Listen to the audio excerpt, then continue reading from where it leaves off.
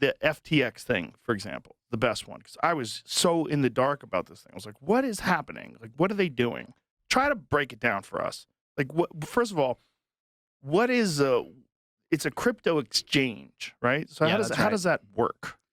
So the first question is when you learn about crypto, you're like, it's this magic internet money. Magic. How do you get some of that? How do you get some of that magic Right. internet money? Well, you have to go somewhere to buy it.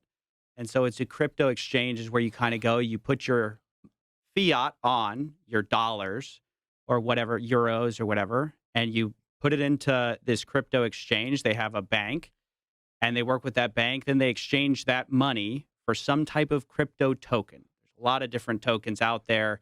And Explain tokens, because I don't understand tokens. I know there's crypto and there's tokens. Like, what is the difference between the two? yeah, of them? tokens like is the individual, you can think of currency, right? So it's like the individual. So Bitcoin is, you have Bitcoin, then you have, it's one of the cryptocurrencies. You have Ethereum, you have Dogecoin, you have SafeMoon, you have FTT, which is what FTX was using as their native token. So a lot of these guys, you'll start a crypto exchange and then you'll launch your own token that people can invest in, sort of like they're investing almost in your crypto exchange. And so that was actually one of the ways that FTX really perpetuated their fraud. I can break it down. How much do you know about the FTX Let's break it situation? down for people that don't know about it. So let's do it. So Okay. FTX was this crypto exchange located out in the Bahamas, which is a great place to put your... why do they do it in the Bahamas? Because it's unregulated. So the problem with doing stuff in the United States or, something like Europe or something like that is you are subject to all these regulations which require you to be a little more careful. Oh, those are pesky. Yeah, Get those they're out of the way. annoying. So We don't need that. the famous example is like Coinbase is in America and they have to file all these forms. They're a regulated entity. They're a publicly traded company. So they have to report everything. So if you're offshore, you can kind of not do any of that. You can play fast and loose. And, for some people, they think that's better. They can offer, let's say, like 100x leverage. Like you have $1, I'll let you trade with $100.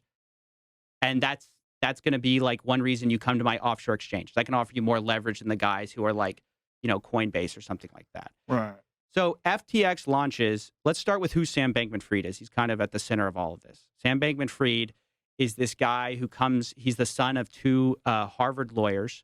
Then he comes up, prep school. He's kind of like built for success, right? He goes to MIT, goes to Jane Street as this quantitative trader. And then he goes into the crypto space and he launches FTX. He's very young, right? How old is he? I think he is young. I'm not, maybe you can look that up, Jamie. 31.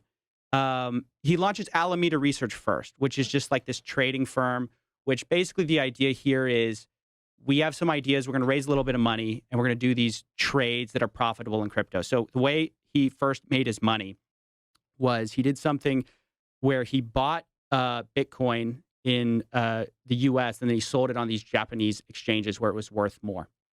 So he was arbitraging this difference in prices. And then after he made his money that way, he launches FTX in 2019. And that's a crypto platform where honestly you can make a lot more money than just with a trading firm. So FTX quickly skyrockets in popularity. They bring on people like Tom Brady to promote it. Larry David in the Super Bowl. They kind of get buy-in from all these big sort of names and also reputable people like BlackRock, Sequoia Capital. They all invest in this guy. Kevin O'Leary famously promoted it for like $18 million. They gave him $18 million to promote it? He says he lost it on the platform. He says the $18 million was on FTX or whatever, and he never got $1 out of it. But that was what the deal was for. So they were paying everybody to promote this FTX crypto exchange. And the idea is this is the next big thing, right? And this is where you're going to make money.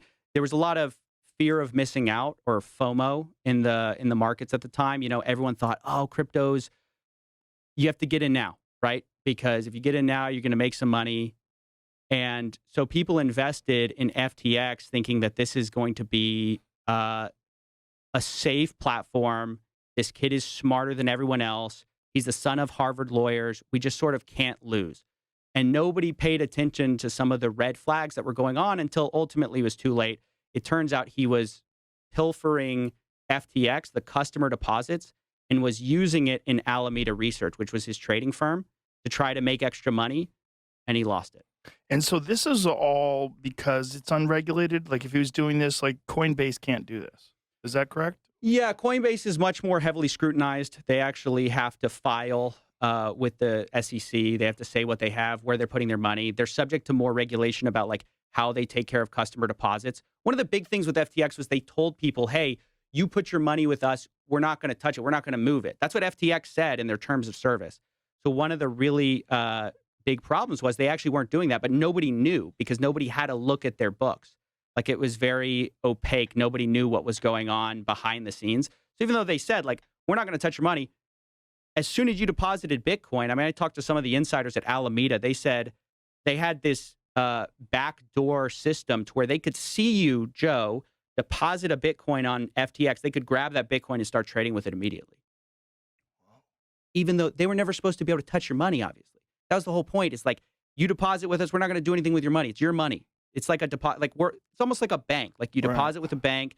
Your bank isn't supposed to go ahead and take your money and go start trading with it unless, you know, obviously we have FDIC insurance, stuff like that. But like they didn't have that. They just take your money, go trade with it, and that's where the disaster started.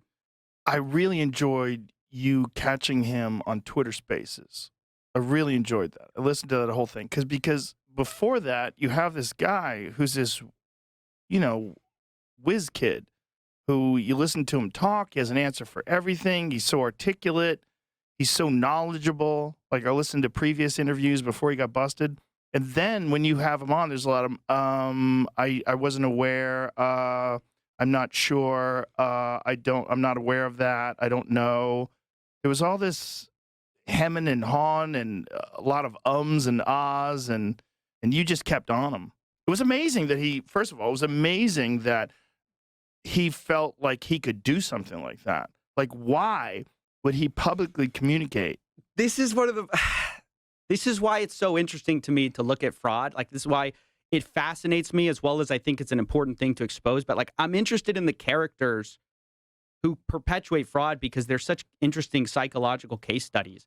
Sam Bankman-Fried, you could probably write a whole book about the fact that this guy, he got away with lying so long and perpetuating this image of himself as this generous billionaire. You know, he's sort of the next Warren Buffett, that when everything goes wrong, he thinks he can reestablish control because he's so smart.